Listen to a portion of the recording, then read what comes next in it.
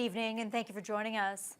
The latest modeling released by the province of Ontario suggests community spread of COVID-19 has peaked earlier than predicted. Officials say physical distancing and other restrictions have helped push the peak back from the earlier forecast of May. But they say people should continue to abide by the restrictions to prevent the curve from bending upward again. Colin DeMello reports. Ontario's battle against COVID-19 seems to be trending in the right direction. The peak, projected to hit in May, actually came 1 month earlier in April, in large part thanks to physical distancing, limiting gatherings, and closing public spaces. Thanks to all of you, we have so far avoided the worst-case scenario that we were all dreading. Public health officials say as a result, the rate of infection is expected to drop dramatically compared to earlier projections. A couple of weeks ago, we've been thinking about 80,000 cases in April as the expected number of cases. We're now looking at a much lower number, hopefully under 20,000 cases in this wave of the pandemic. But the modeling data also shows Ontario is going down two drastically different paths. While things are looking good in the general public, health officials say the disease is multiplying rapidly inside long-term care homes. As of April 19th, 127 long-term care homes have recorded an outbreak. More than 1,500 residents and nearly 850 staff have contracted the virus, and 367 residents have died as a result. This represents about half of the deaths right now in the province. The situation is so bad that the province can no longer predict the number of lives COVID-19 could ultimately take. The government has started implementing an emergency plan, borrowing resources from hospitals to support nursing homes, increasing testing in residents and staff, and ensuring every home is prepared for the pandemic to hit. This is a war against COVID-19. There is no doubt. And looking at the preparedness, we've got amazing public service that has been working round the clock, 7 days a week, continually, to make sure that everything that we can do is being done. The latest data also raises the question of when the province can return to normal.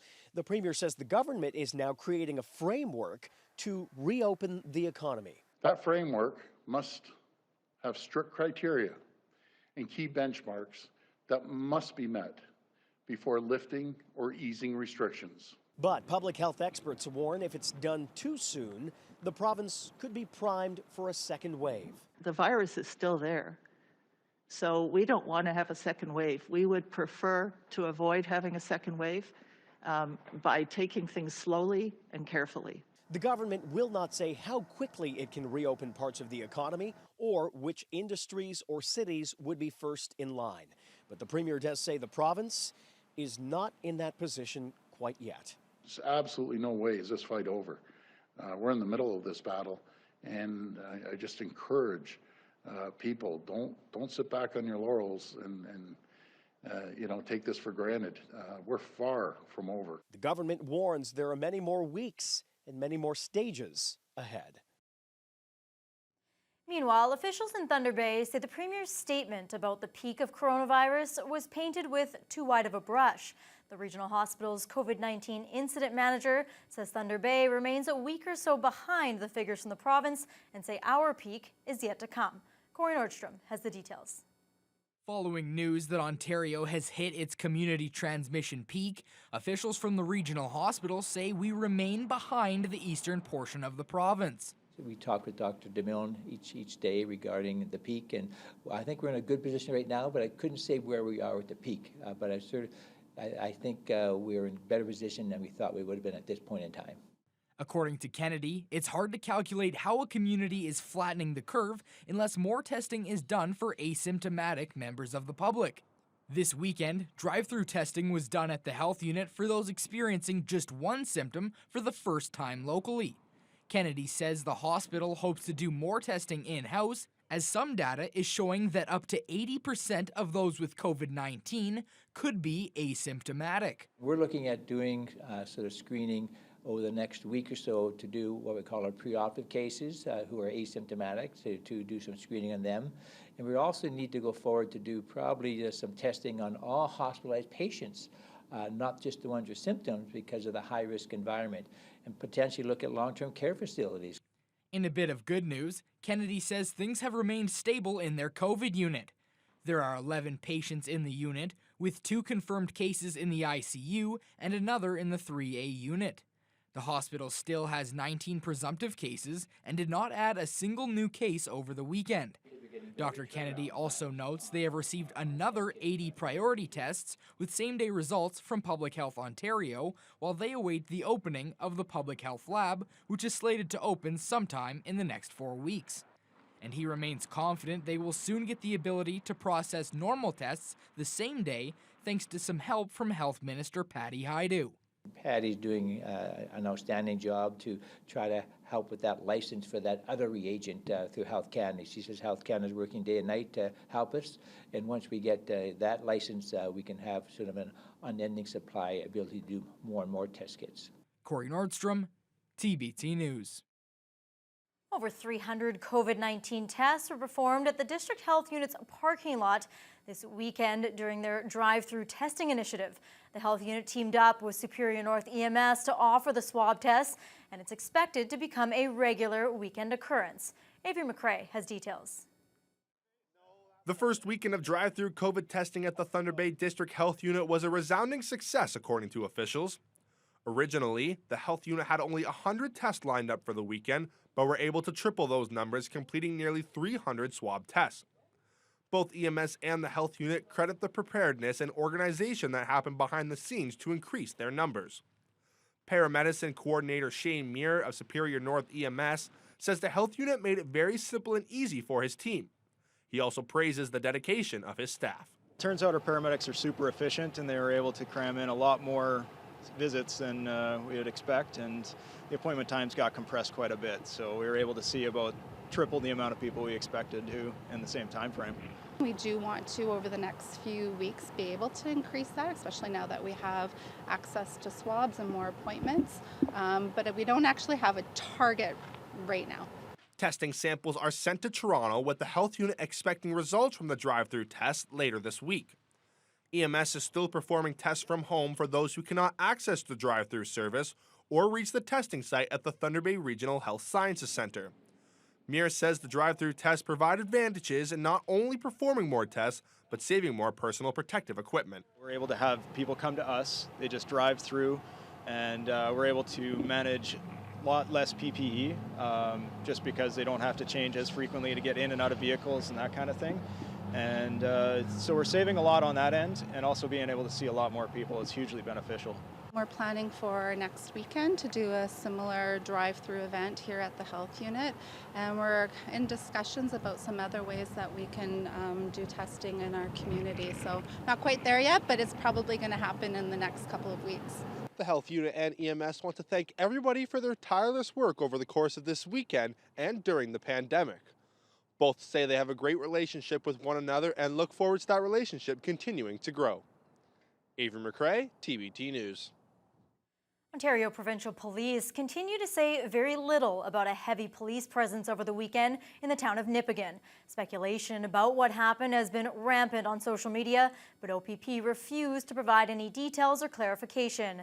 However, it has been confirmed that the investigation involves a missing woman from the Thunder Bay area. Troy Charles reports.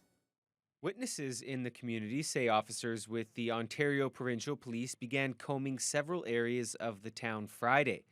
On Saturday, multiple police vehicles and members of the emergency response team could be seen near a Duluth Street residence, as well as at the Nipigon detachment. There was enhanced activity, and a vehicle with the Forensic Identification Unit was on site. OPP have refused all interview requests. However, neighbors in Nipigon who spoke to reporters say police were asking them about a missing woman. Last Thursday, OPP issued a release asking for the public's help in locating 26-year-old Alyssa Turnbull of Gillies Township, who was last seen in the Nipigon area on March 23rd. She was reported missing on April 14th. A spokesperson with the OPP would only say that the investigation into Alyssa Turnbull's disappearance is under investigation and there is no update at this time. Turnbull is described as 5'3", 100 pounds, with shoulder-length blonde hair and blue eyes, and may have changed her hair color to purple or red. Troy Charles, TBT News. The Thunder Bay District has recorded its first forest fire of the season.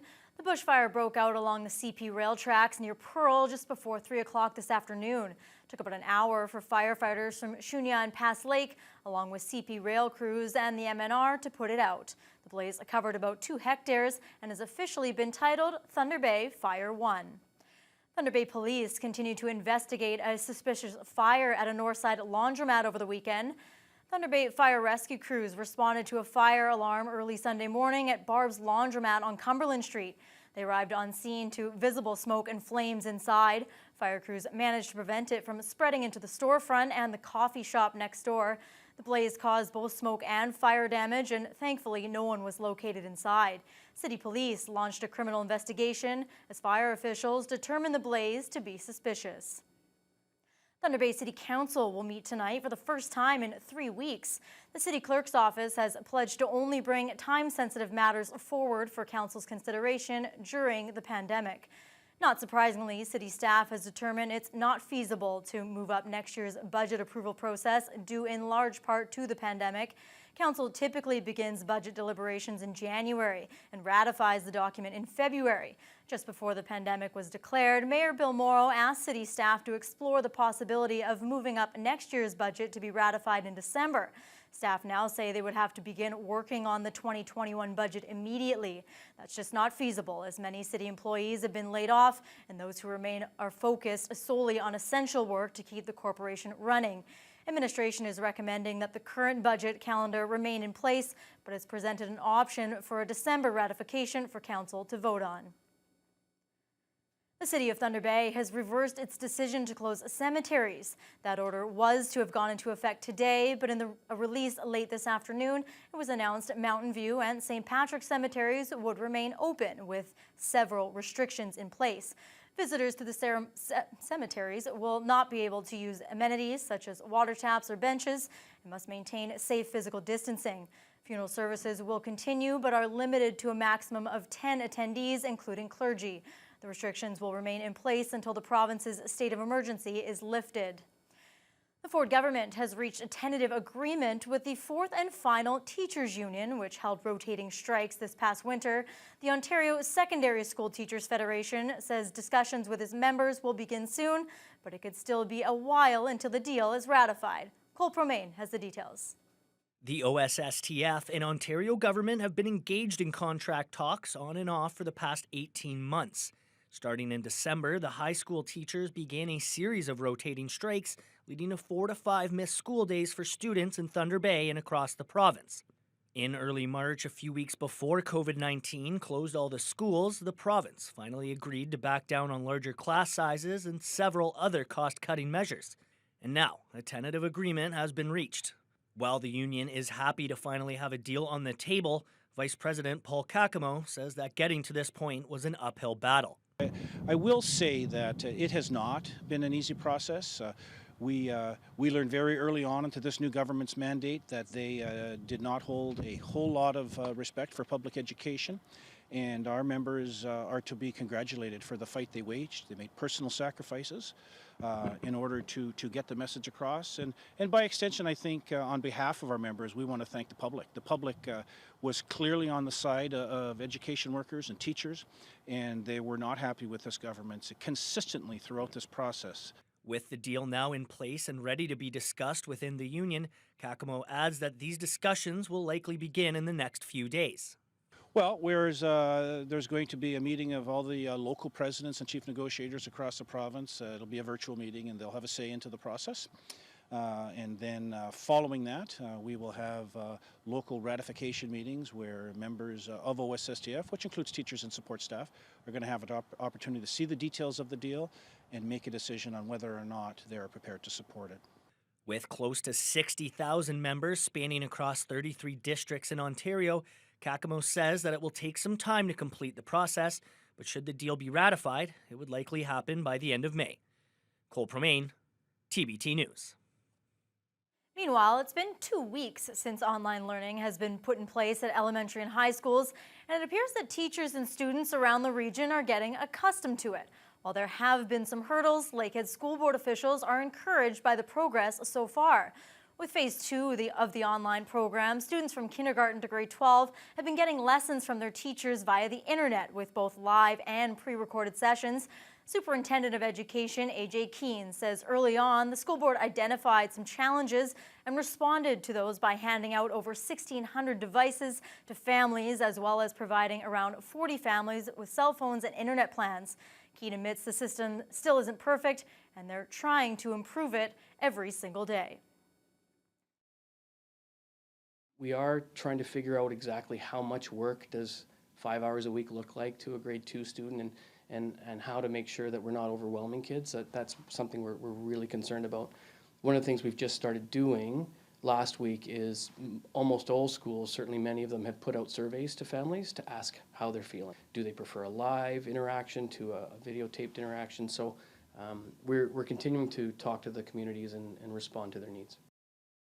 Keene also wanted to emphasize that the teachers deserve a lot of credit for being very flexible and rising to the challenge.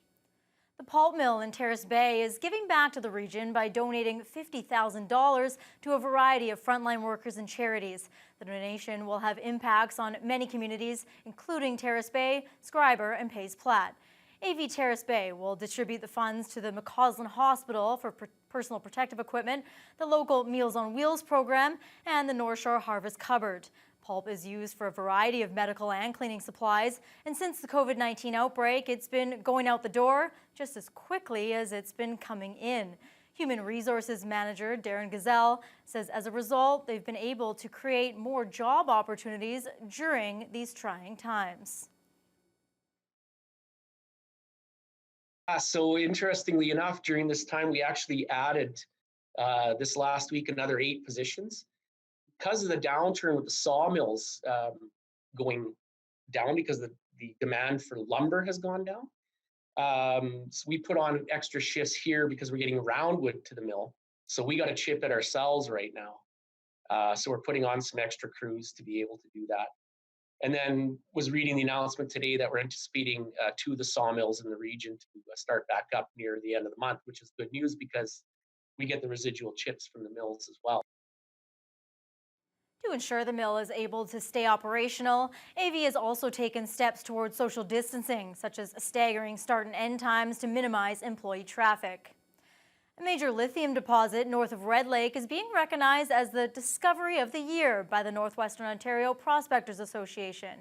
The group normally hosts an awards gala in early April, but it had to be canceled because of the pandemic. Some of the awards, such as Lifetime Achievement, will be presented at a banquet at a later date. However, the awards committee decided to announce a few honorees now. Sudbury-based Frontier Lithium won the top discovery of 2019.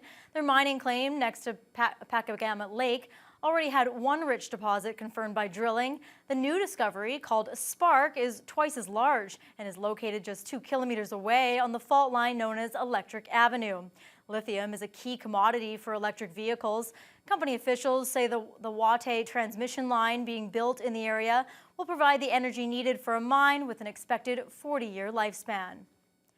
Residents in Shunya have come up with a fun way to show solidarity and appreciation for frontline workers during the COVID-19 pandemic.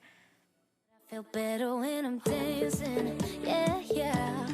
Better when I'm dancing. The neighborhood came together to participate in a drive-by dance party. It was shot during the Easter weekend and was recently posted on the McGregor Rec Center's Facebook page. The 6-minute video took about 45 minutes to film and features over 80 people at the end of their driveways, dancing and waving as the organizers of the event did their drive-by. Laura Jeremy was one of the organizers. She says the video also gave the community in Shunya a chance to come together while staying apart. It was just a way to kind of give back to the community, get everybody to kind of come out and show some cheer. We filmed it on Good Friday, so the kids were sporting their Easter ears and that kind of stuff. I think everybody just needs take a breath for a moment and focus on what's in front of them and what's important. And having children, I think we just need to keep life normal as much as we can for everybody. So it was just a great opportunity to have a little bit of fun and bring everybody together and see lots of faces that we don't get to see every day anymore. The video also got some national TV exposure today. As it was featured on CTV's Your Morning. All right, Fiona, let's talk about the winds today in Thunder Bay. It was gusting out there. It certainly was. That kicked in around noon, so